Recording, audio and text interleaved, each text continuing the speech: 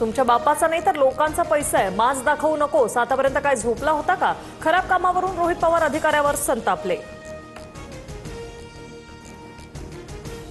अधिकाऱ्यावर दादागिरी करणं रोहित पवारांना शोभत नाही। दादागिरीची भाषा करणाऱ्यांना जनता पाय उतार करते। भाजपच्या नवनाथ बन यांची रोहित पवारांवर टीका। जसे काका तसाच पुतण्या, जाब विचारला पाहिजे, पण रोहित पवारांना सार्वजनिक अपमान करणं शोभतं का? रोहित पवारांनी अधिकाऱ्याला झापल्यानंतर दमानी यांची टीका।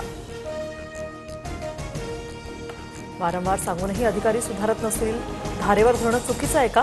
उंटावरून शेळ्या हाकणं सोपं असतं, अधिकाऱ्यांना सरळ करणारच, अंजली दमानी यांना रोहित पवारांचं उत्तर।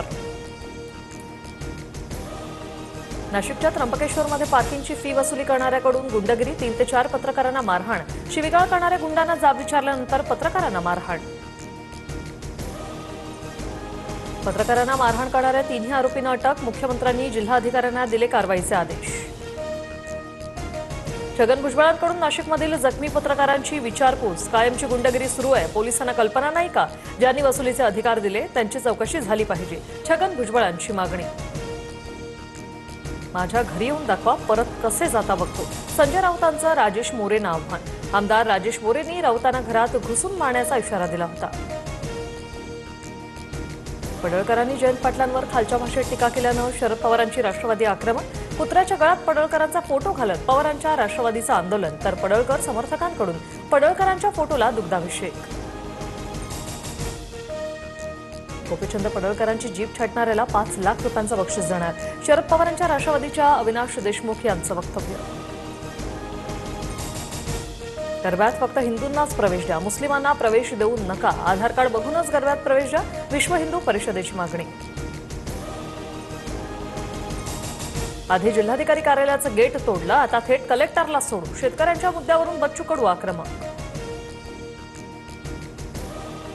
बच्चू कडूंनी पाळधी गावात येऊन दाखवावं, गुलाबराव पाटलांचं आव्हान, तर 5 तारखेला शेतकऱ्यांचा मुलगा येतोय, देखते कोण जीतताय। बच्चू कडूंनी गुलाबराव पाटलांचं आव्हान स्वीकारलं।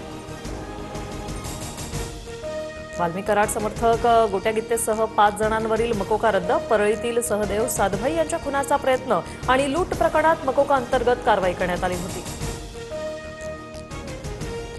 छत्रपती संभाजीनगरमध्ये अतुल सावेंच्या कार्यालयाबाहेरील गाडीवर दगडफेक करणारा मनोरुग्ण पोलिसांच्या ताब्यात। मध्य आणि हार्बर मार्गावर उद्या मेगा ब्लॉक, मध्य रेल्वेवर ठाणे ते कल्याण, तर हार्बर मार्गावर वाशी ते पनवेल ब्लॉक असणार। अतिवृष्टीमुळे बीडमध्ये 3,55,000 हेक्टरवरील पिकांचं नुकसान, सोयाबीन, कापूस, मूग, उडीद पाण्याखाली गेल्यानं शेतकऱ्यांना आर्थिक फटका, सरकारने तात्काळ मदत करावी, शेतकऱ्यांची मागणी।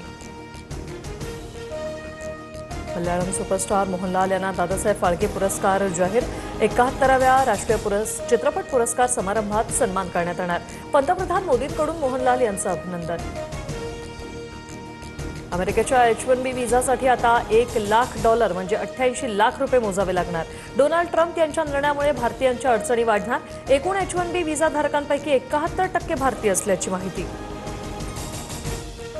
भारताला दुबळा पंतप्रधान मिळालाय, H-1B व्हिसाच्या शुल्कात अमेरिकेनं वाढ केल्यानंतर राहुल गांधींची मोदींवर टीका, राहुल गांधींकडून 8 वर्षापूर्वीच्या ट्विटचा संदर्भ। महाराष्ट्रातील जनतेच्या मनामनावर राज्य करणारं TV9 मराठी TRP मध्ये नंबर 1, जनतेच्या विश्वासावर TV9 मराठीची अव्वल स्थानीची।